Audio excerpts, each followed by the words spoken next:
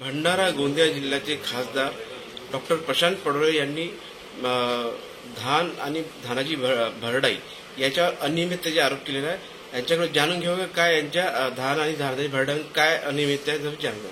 हो काय काय झालं, काय याच्यामध्ये तफावत आहे, तुमच्याकडे काय म्हणायचं? भंडारा गोंदिया जिल्हा हा धानाचा जिल्हा आहे।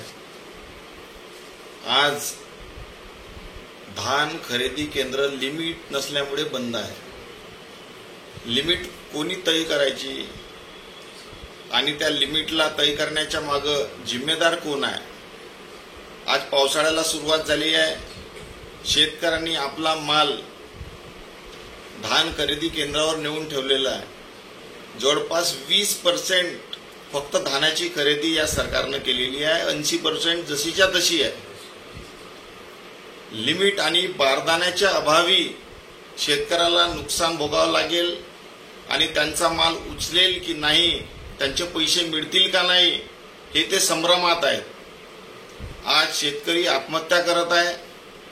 धानाचा बोनस या सरकारने लेट वाटलेला आहे आणि त्याचा गवगवा करण्यामध्ये हे सरकार व्यस्त आहे, त्यांचे नेते व्यस्त आहेत। परंतु हा सगळ्यात मोठा जो फटका आहे तो लिमिट अभावी धान खरेदी केंद्र बंद असल्यामुळे त्यांची खरेदीच होत नाही, यांच्याकडे लक्षच त्यांचा नाही।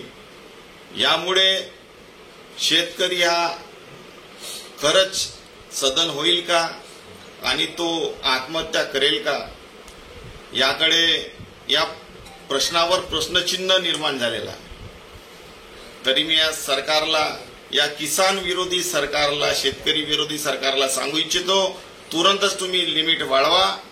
30 जून आखरीची तारीख आहे आणि शेतकऱ्यांचे जे धान खरेदी केंद्रावर जे धान पडलेले आहे त्यांना तुरंत घेण्यात यावे हे मी त्यांना विनंती करतो।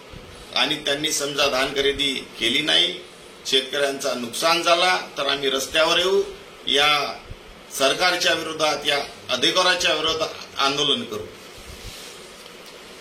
भंडारा गोंदिया जिल्हा हा धानाचा जिल्हा आहे, यामुळे गंभीर बाब समोर आलेली आहे।